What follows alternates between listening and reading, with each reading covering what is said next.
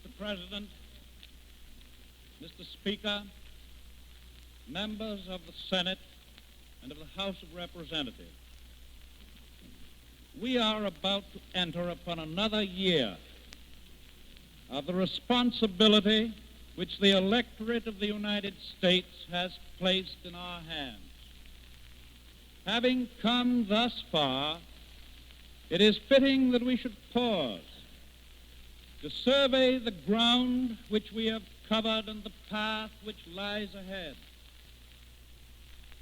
On the 4th day of March, 1933, on the occasion of taking the oath of office as President of the United States, I addressed the people of our country.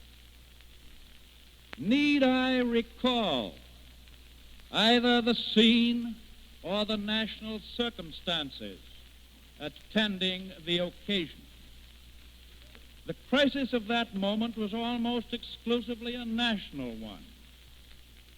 And in recognition of that fact, so obvious to the millions in the streets and in the homes of America, I devoted by far the greater part of that address to what I called, and the nation called, critical days within our own borders.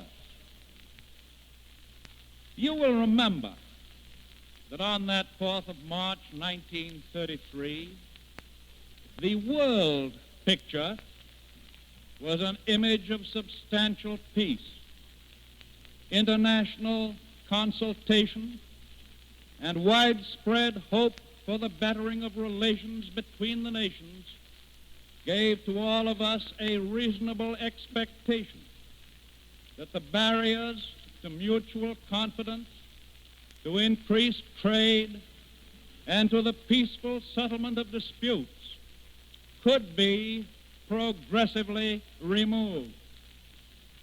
In fact, my only reference to the field of world policy in that address was in these words: I would dedicate this nation to the policy of the good neighbor, the neighbor who resolutely respects himself, and because he does so, respects the rights of others, a neighbor who respects his obligations and respects the sanctity of his agreements in and with a world of neighbors. In the years that have followed, that sentiment has remained the dedication of this nation. Among the nations of the great Western Hemisphere, the policy of the good neighbor has happily prevailed. At no time in the 4.5 centuries of modern civilization in the Americas has there existed in any year, in any decade, in any generation in all that time, a greater spirit of mutual understanding, of common helpfulness, and of devotion to the ideals of self-government than exists today in the 21 American republics and their neighbor, the Dominion of Canada.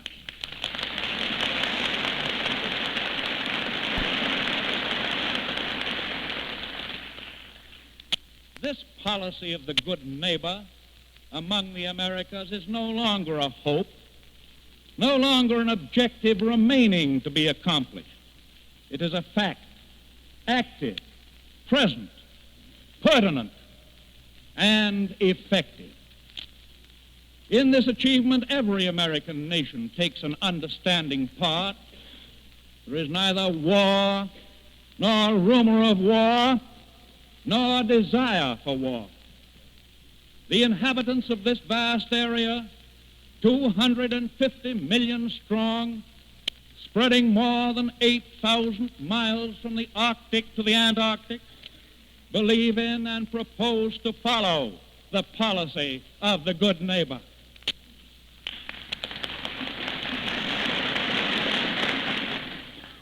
and they wish with all their heart that the rest of the world might do likewise. The rest of the world, there's the rub. Were I today to deliver an inaugural address to the people of the United States, I could not limit my comments on world affairs to one paragraph.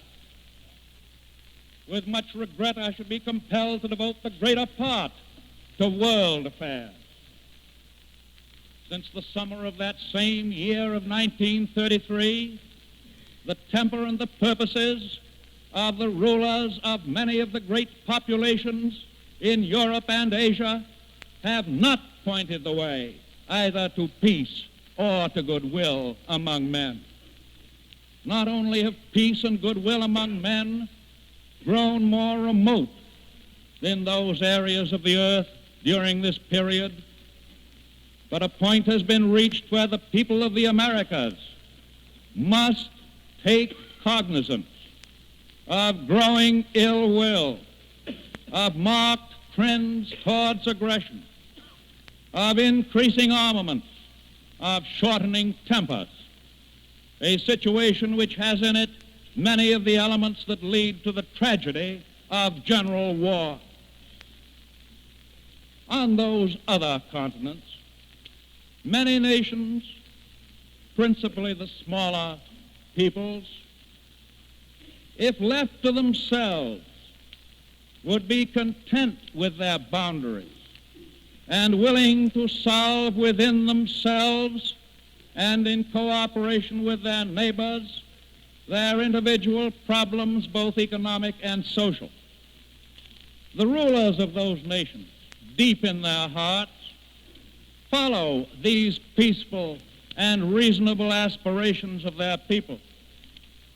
These rulers must remain ever vigilant against the possibility today or tomorrow of invasion, of attack by the rulers of other peoples who fail to subscribe to the principles of bettering the human race by peaceful means.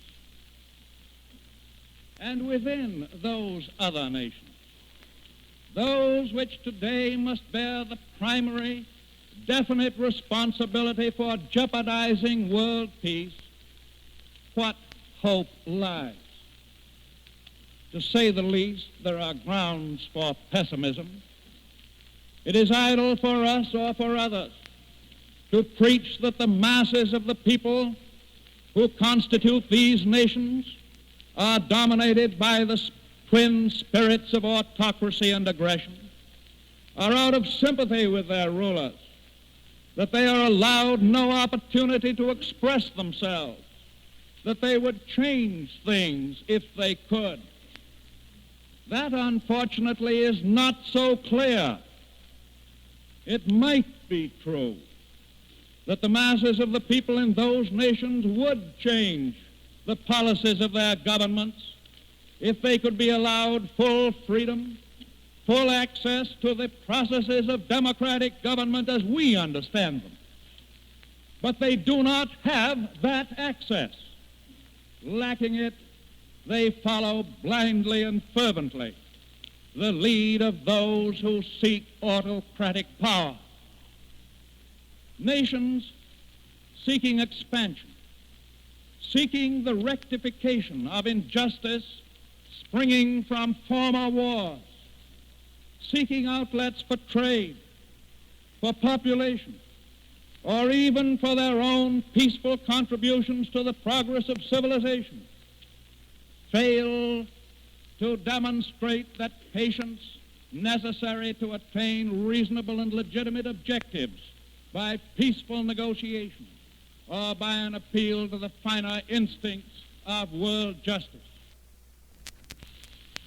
They have, therefore, impatiently reverted to the old belief in the law of the sword, or to the fantastic conception that they and they alone are chosen to fulfill a mission, and that all the others, among the 1.5 billion of human beings in the world, must and shall learn from and be subject to them.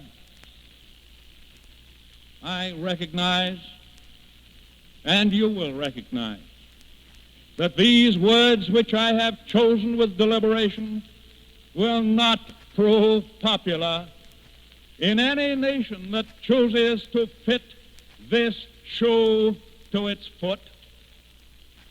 Such sentiments, however, will find sympathy and understanding in those nations where the people themselves are honestly desirous of peace, but must constantly align themselves on one side or the other in the kaleidoscopic jockeying for position that is characteristic of European and Asiatic relations today. For the peace-loving nations, and there are many of them, find that their very identity depends on their moving and moving again on the chessboard of international politics. I suggested in the spring of 1933 that 85 or 90% of all the people in the world were content with the territorial limits of their respective nations and were willing further to reduce their armed forces if every other nation in the world would agree to do likewise. That is equally true today, and it is even more true today that world peace and world goodwill are blocked by only 10 or 15% of the world's population. That is why efforts to reduce armies have thus far not only failed, but have been met by vastly increased armaments on land and in the air. And that is why even efforts to continue the existing limits on naval armaments into the years to come show such little current success. But the policy of the United States has been clear and consistent. We have sought with earnestness in every possible way to limit world armaments and to attain the peaceful evolution, the peaceful solution of disputes among nations. We have sought by every legitimate means to exert our moral influence against repression, against intolerance, against autocracy, and in favor of freedom of expression, equality before the law, religious tolerance, and popular rule.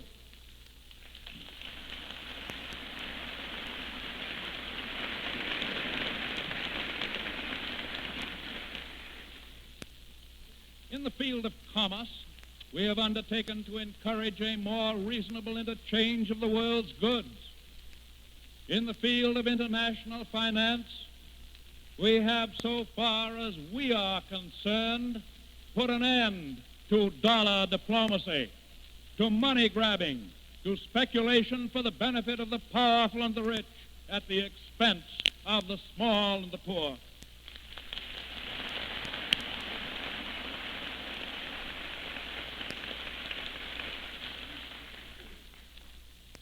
As a consistent part of a clear policy, the United States is following a twofold neutrality towards any and all nations which engage in wars that are not of immediate concern to the Americas.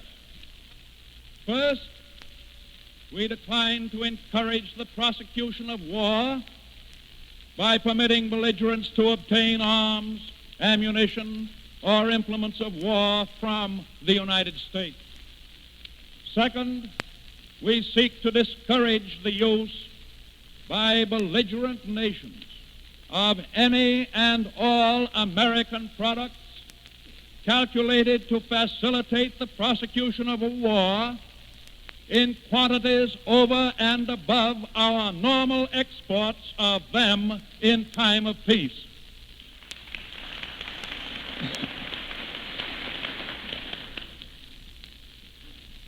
I trust that these clear objectives, thus unequivocally stated, will be carried forward by cooperation between this Congress and the President.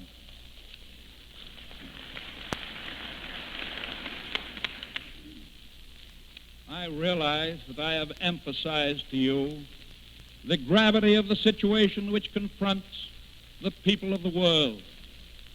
This emphasis is justified because of its importance to civilization and therefore to the United States.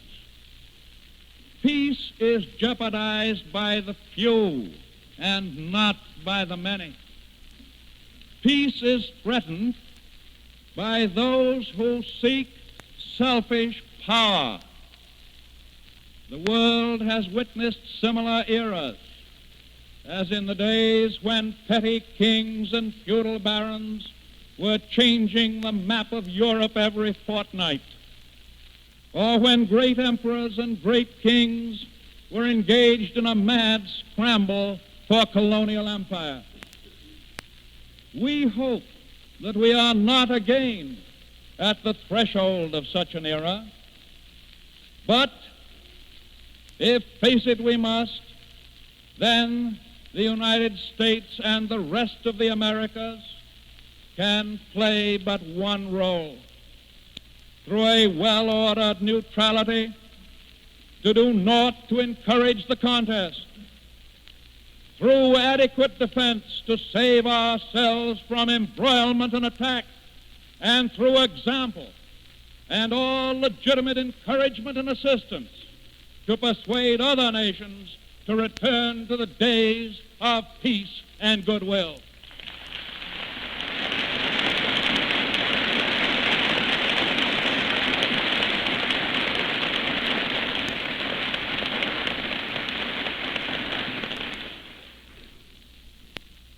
The evidence before us clearly proves that autocracy in world affairs endangers peace, and that such threats do not spring from those nations devoted to the democratic ideal. If this be true in world affairs, it should have the greatest weight in the determination of domestic policies. Within democratic nations, the chief concern of the people is to prevent the continuation or the rise of autocratic institutions that beget slavery at home and aggression abroad.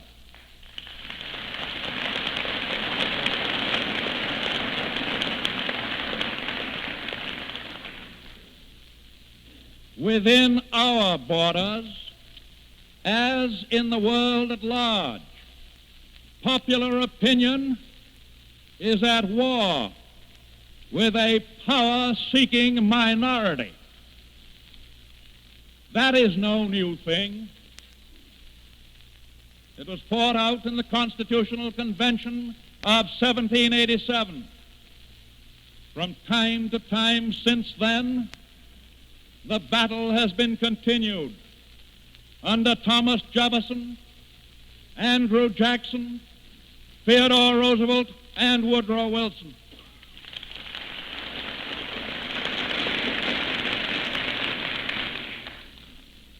In these later years, we have witnessed the domination of government by financial and industrial groups, numerically small, but politically dominant in the 12 years that succeeded the World War.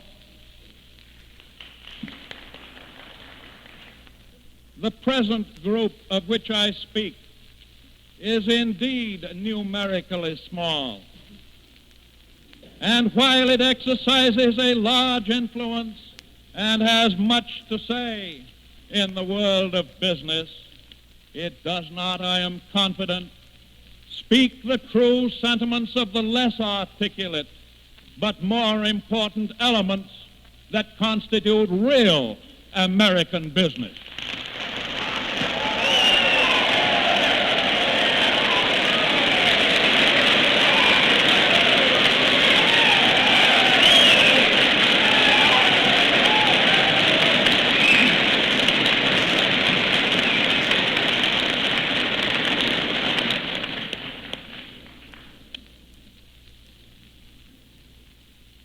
I go back once more. In March 1933, I appealed to the Congress of the United States and to the people of the United States in a new effort to restore power to those to whom it rightfully belonged. The response to that appeal resulted in the writing of a new chapter in the history of popular government. You, the members of the legislative branch, and I, the executive, contended for and established a new relationship between government and people. What were the terms of that new relationship? They were an appeal from the clamor of many private and selfish interests. Yes, an appeal from the clamor of partisan interests to the ideal of the public interest. Government became the representative and the trustee of the public interest. Our aim was to build upon essentially democratic institutions, seeking all the while the adjustment of burdens, the help of the needy, the protection of the weak, the liberation of the exploited, and the genuine protection of the people's property. It goes without saying that to create such an economic constitutional order, more than a single legislative enactment was called for. We had to build, you in the Congress and I as the executive, upon a broad base. And now, after 34 months of work, we contemplate a fairly rounded whole. We have returned the control of the federal government to the city of Washington.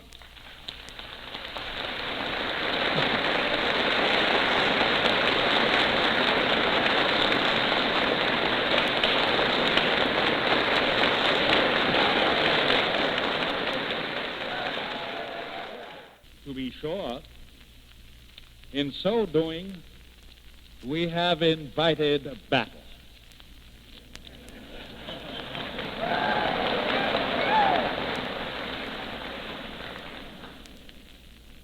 We have earned the hatred of entrenched greed.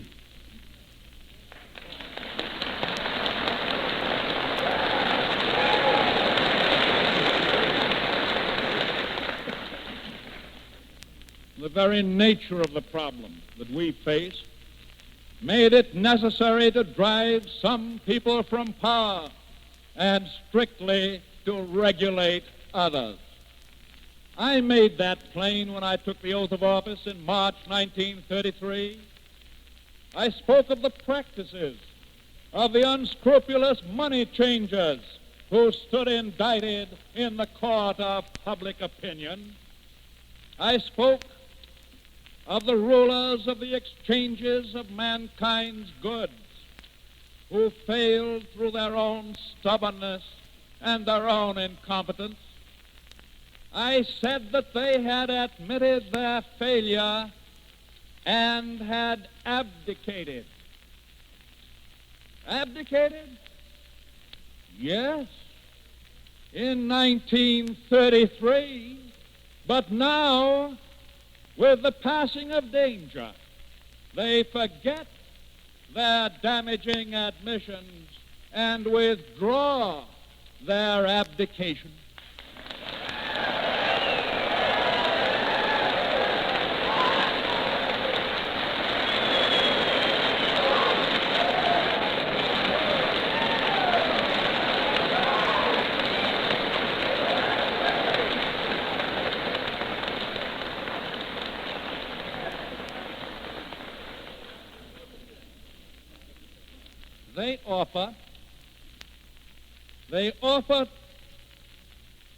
They seek, let me put it that way, they seek the restoration of their selfish power. They offer to lead us back round the same old corner into the same old dreary street.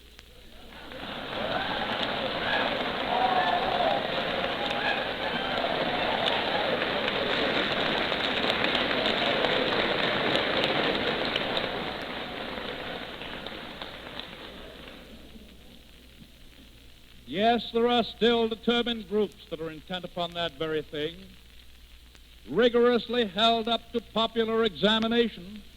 Their true character presents itself. They steal the livery of great national constitutional ideals to serve discredited special interests.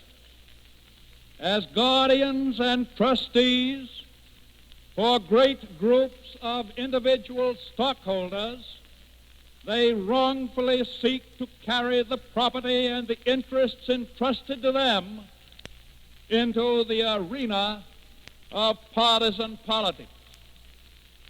They seek this minority in business and industry to control, and often do control, and use for their own purposes legitimate and highly honored business associations. They engage in vast propaganda to spread fear and discord among the people. They would gang up against the people's liberties.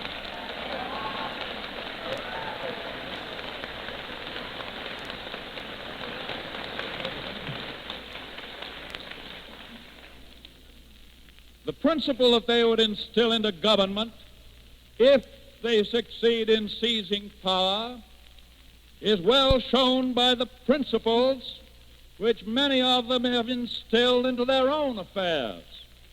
Autocracy toward labor, toward stockholders, towards consumers, towards public sentiment. Autocrats in smaller things, they seek autocracy in bigger things. By their fruits ye shall know them.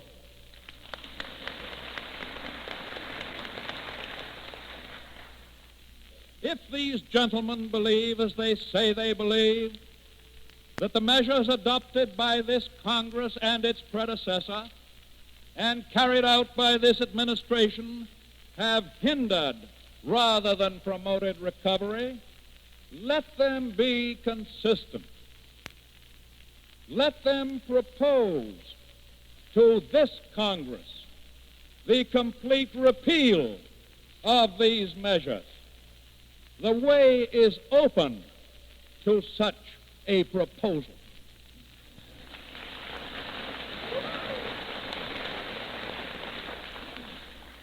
In other words, let action be positive and not negative.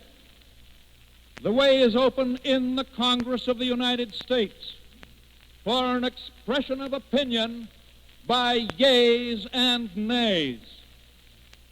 Shall we say that values are restored and that the Congress will therefore repeal the laws under which we have been bringing them back? Shall we say that because national income has grown with rising prosperity, we shall repeal existing taxes and thereby put off the day of approaching a balanced budget and of starting to reduce the national debt? Shall we abandon the reasonable support and regulation of banking? Shall we restore the dollar to its former gold content? Shall we say to the farmer, the prices for your products are in part restored. Now go and hoe your own row? Shall we say to the homeowners, we have reduced your rates of interest. We have no further concern with how you keep your home or what you pay for your money. That is your affair.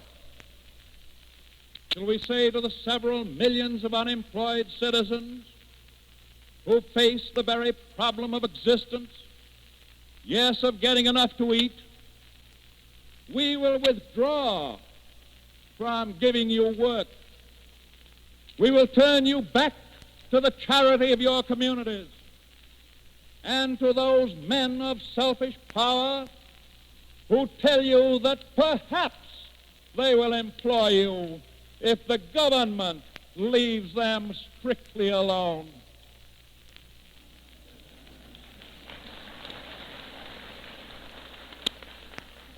Shall we say to the needy unemployed, your problem is a local one, except that perhaps the federal government, as an act of mere generosity, will be willing to pay to your city or to your county a few grudging dollars to help maintain your soup kitchens. Shall we say to the children who have worked all day in the factories, child labor is a local issue, and so are your starvation wages, something to be solved or left unsolved by the jurisdiction of 48 states? Shall we say to the laborer, your right to organize, your relations with your employer have nothing to do with the public interest? If your employer will not even meet with you to discuss your problems and his, that is none of our affair. Shall we say to the unemployed and the aged, Social Security lies not within the province of the federal government. You must seek relief elsewhere. Shall we say to the men and women who live in conditions of squalor, in country and in city, the health and the happiness of you and your children are no concern of ours? Shall we expose our population once more by the repeal of laws to protect them against the loss of their honest investments and against the manipulations of dishonest speculators? Shall we abandon the splendid efforts of the federal government to raise the health standards of the nation and to give youth a decent opportunity through such means as the Civilian Conservation Corps? Members of the Congress, let these challenges be met. If this is what these gentlemen want, let them say so to the Congress of the United States. Let them no longer hide their dissent in a cowardly cloak of generality.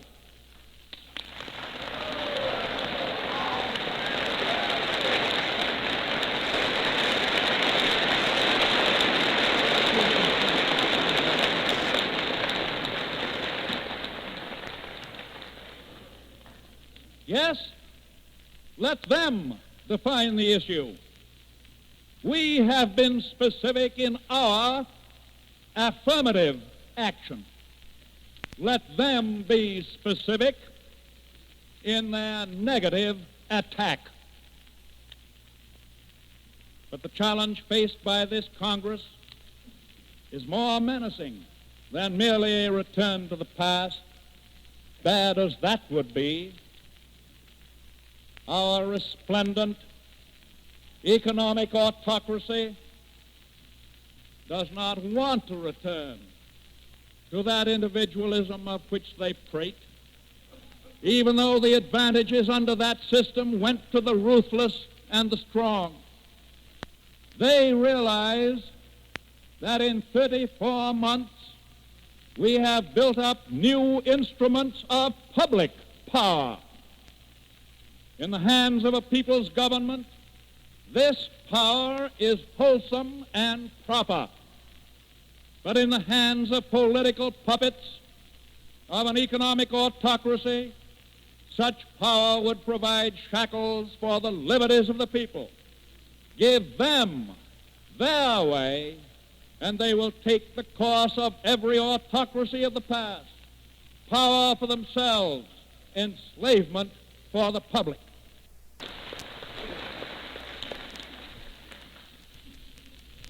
And their weapon. Their weapon is the weapon of fear. I have said the only thing we have to fear is fear itself. And that is as true today as it was in 1933. But such fear as they instill today is not a natural fear, a normal fear.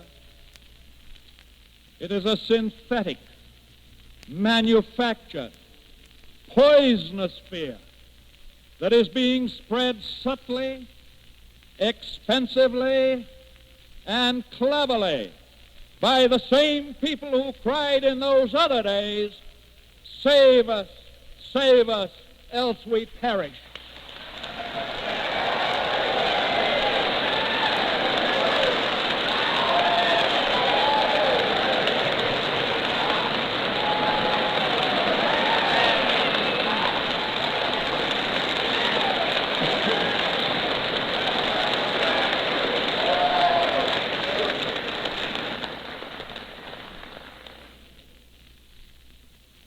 I am confident that the Congress of the United States well understands the facts and is ready to wage unceasing warfare against those who seek a continuation of that spirit of fear. The carrying out of the laws of the land as enacted by the Congress requires protection until final adjudication by the highest tribunal of the land. The Congress has the right and can find the means to protect its own prerogative.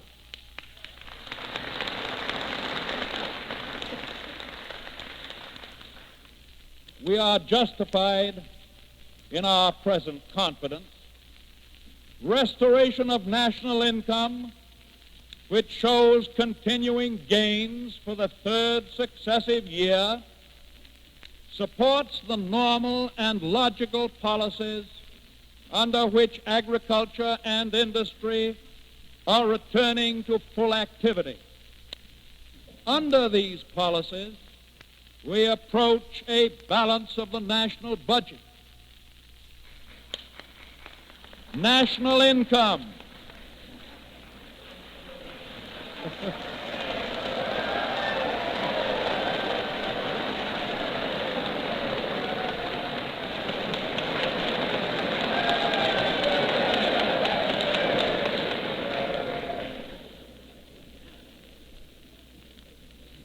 National income increases. Tax receipts based on that income increase without the levying of new taxes.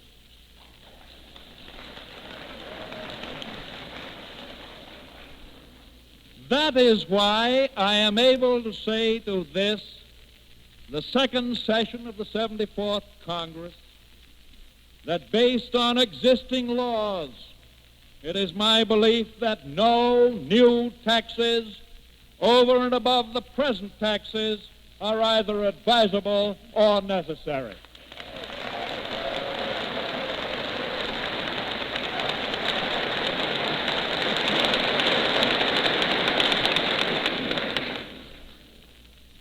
National income increases, employment increases. Therefore, we can look forward to a reduction in the number of those citizens who are in need. Therefore, also, we can anticipate a reduction in our appropriations for relief. In the light of our substantial material progress, in the light of the increasing effectiveness of the restoration of popular rule, I recommend to the Congress that we advance and that we do not retreat.